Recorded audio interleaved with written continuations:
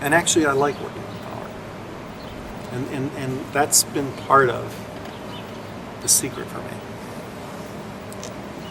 Somehow I had to get to the point of liking to work with people that had power. And that meant for me, personally, I had to do a lot of work with myself. Because it's, in some respects, it's not unlike money.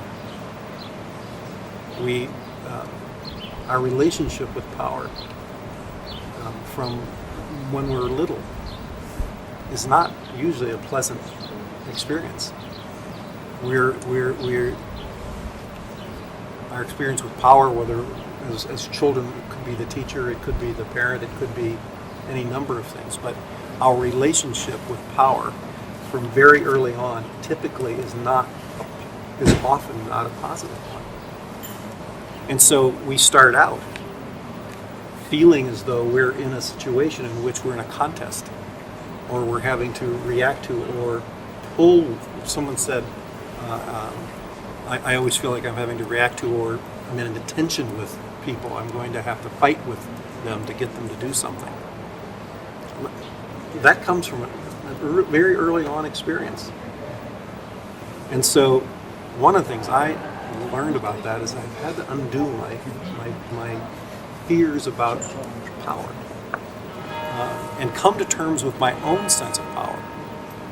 The fact that you are wanting to accomplish something that needs to be, where you need to be engaging people who you perceive to be in more powerful situations than you, suggests that you have brought some power into that relationship. Am I making sense? That by the fact that there's something that you think can be better, that you think could be changed, is your own power.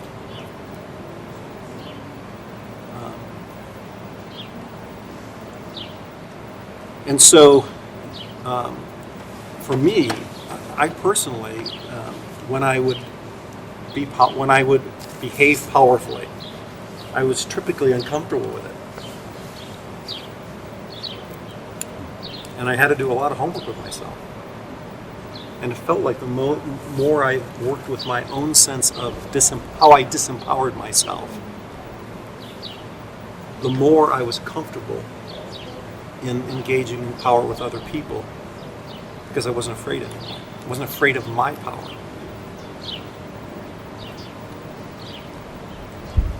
And it's almost universal. We could see it when we went around.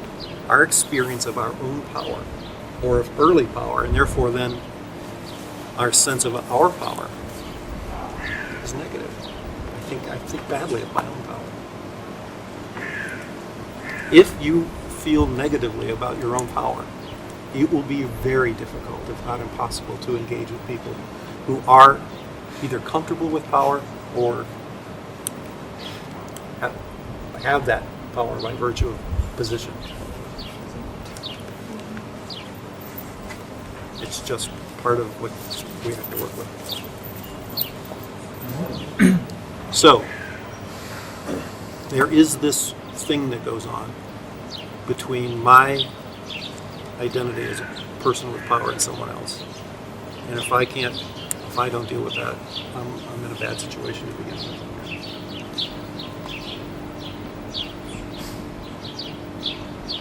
That's what was my experience too. Just trust in your own power, and the other one will check that. And you have the power. And it's yesterday I was talking in another setting about money. We have that. Most of us have that same situation: fear, concern, embarrassment about money. And it was only when I kind of said, "Really? Let's get over that." That for me now, I do not fear money, and I do not fear asking for it. I don't fear suggesting to people that they need to give it to me. But it comes with getting over my own discomfort around money. And so the same thing is true with power. So that's number one where it starts for me. 2. what I've seen, when I've both all of these are what I see in myself and then what I see in other people. People who are in leadership positions, people period, but people who are in leadership positions, the kind of people we're talking about you need to deal with, have at least two kinds of purposes.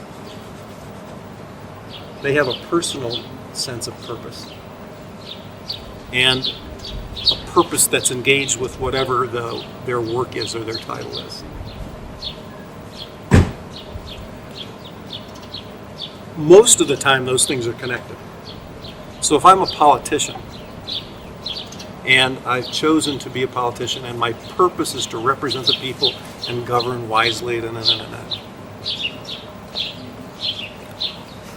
somehow my personal sense of purpose in the world is tied into that purpose.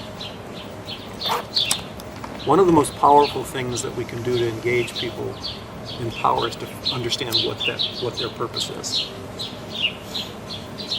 So that doing our homework and understanding that politician, that boss, that whatever, what makes them tick? What makes them, their sense of importance and value in the world? Because that's what their behavior is tied to.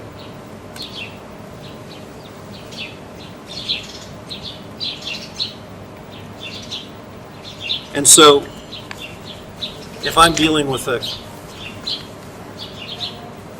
mayor of Columbus, I'll spend a little time before I go and have my first meeting with him and talk with a few people about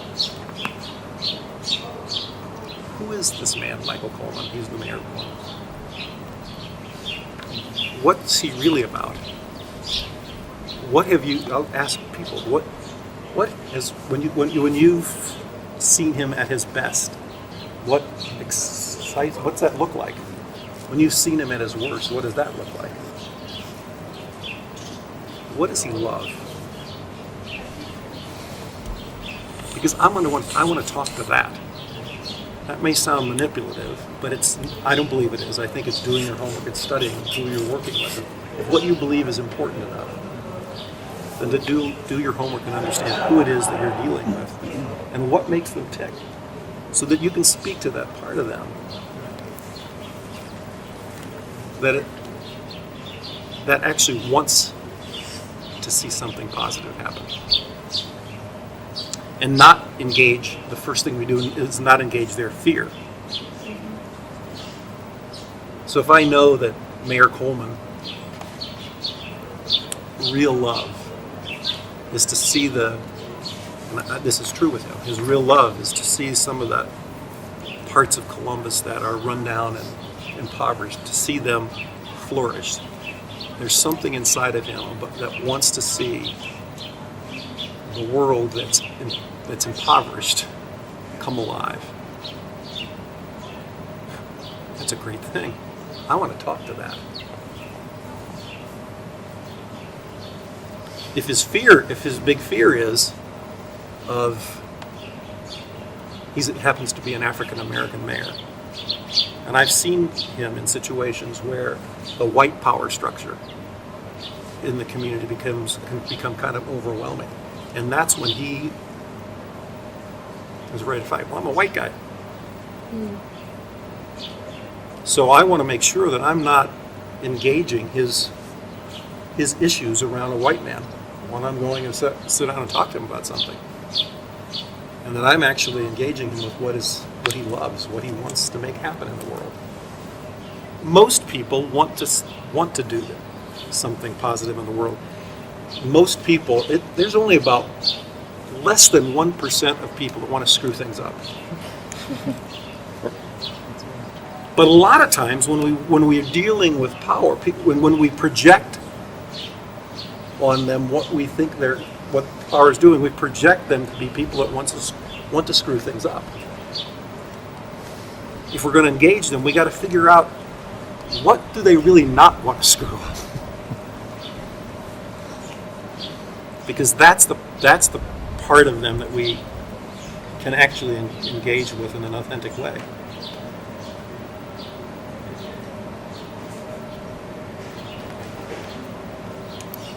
another insight that I've gained over the years is that people, especially people in public life, but it's true in almost everything, private companies as well, us speak with two kinds of voices. Public voices and private voices. When we engage the public voice of another human being, especially when it's a power conversation, it's almost always starts out with without possibility. It starts out no. The public voice tends to do that.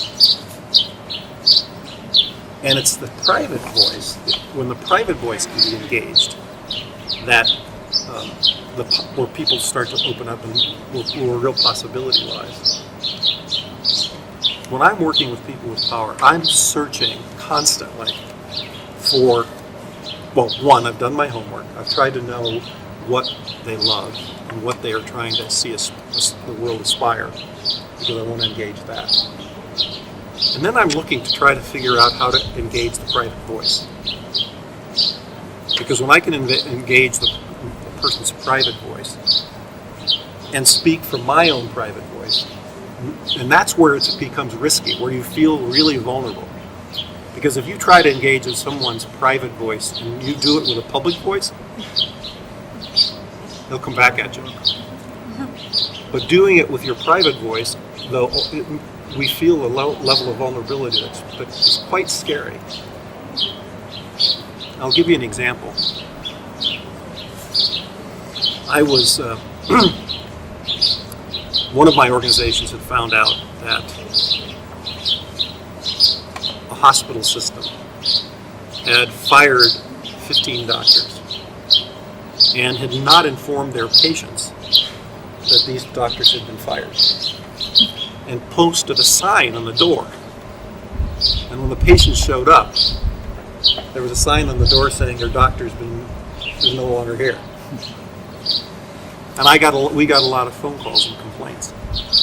When we researched it, what we found out was that individual private physicians, by law, had to inform people if they were moving. But these large hospital systems did not. And they were employing a lot of physicians. And so they saw the patients as theirs, but there was nothing that required them to inform the patient when a doctor moved.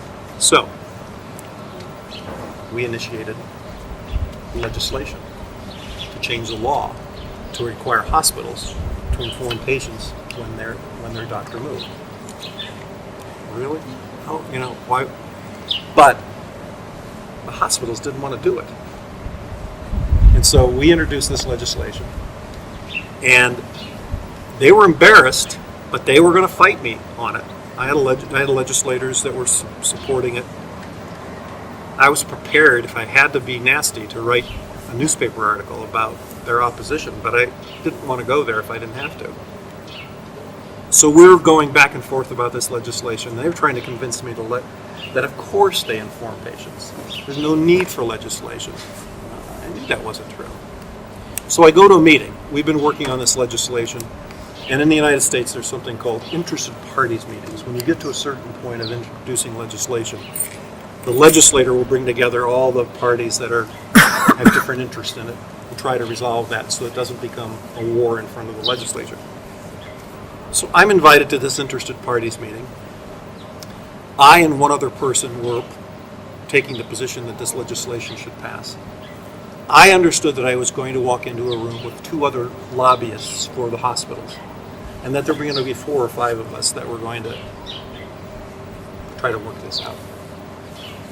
I walked into the room and there were 25 lobbyists from 25 hospitals across the state of Ohio, and me and one other person. And they were bound and determined that they were going to convince the legislator, even if I didn't give in, convince the legislator not to do what I had asked her to do. We're in this conversation, and it's going no place. In fact, it's going the way I thought it was going to go. And everybody was in their public voice. And I sat there and I thought to myself, how can I shift 25 people into a private voice? And I thought, it just popped into my head, I'm going to try something. I'm either going to get what I want or I'm going to get laughed out of the room. But I'm losing at this point anyway. So I said, I'd ask you to take into consider one thing. Please, anyone who it would be okay with you if your physician was fired and you did not know where your physician went, any of you that would be okay with, please put your hand up.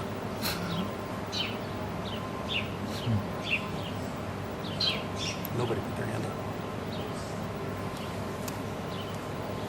Then I looked around the room and somebody said, okay, fine, let's figure out how to get this done. And we moved into, there were some things that were, I'm not stupid about legislation. I put some things in there I knew I could give away, and we negotiated and came up with a bill that I could live with and that they could tolerate. When it went to the legislature in the Ohio House, we won 96-1. In the Ohio Senate, it was unanimous. But I was losing that conversation. It was only when I figured out a way to try to engage their private voice. Would it be okay with you if your physician, you didn't know where your physician went? Be honest with me. I said to them, be honest with me. Put your hand up. And I stayed quiet until somebody said, all right, Phil, let's figure this out. An example of seeking the private voice, and that was of a group of people. But boy, it was scary. These people were, this one guy that was sitting next to me had a suit that could pay for my house. These were people that, easily could have laughed me out of the room. And I had to take that chance. I knew when I asked the question I could get laughed out of the room. So there is this risk when you engage people in their private voice because you have to put yours in there.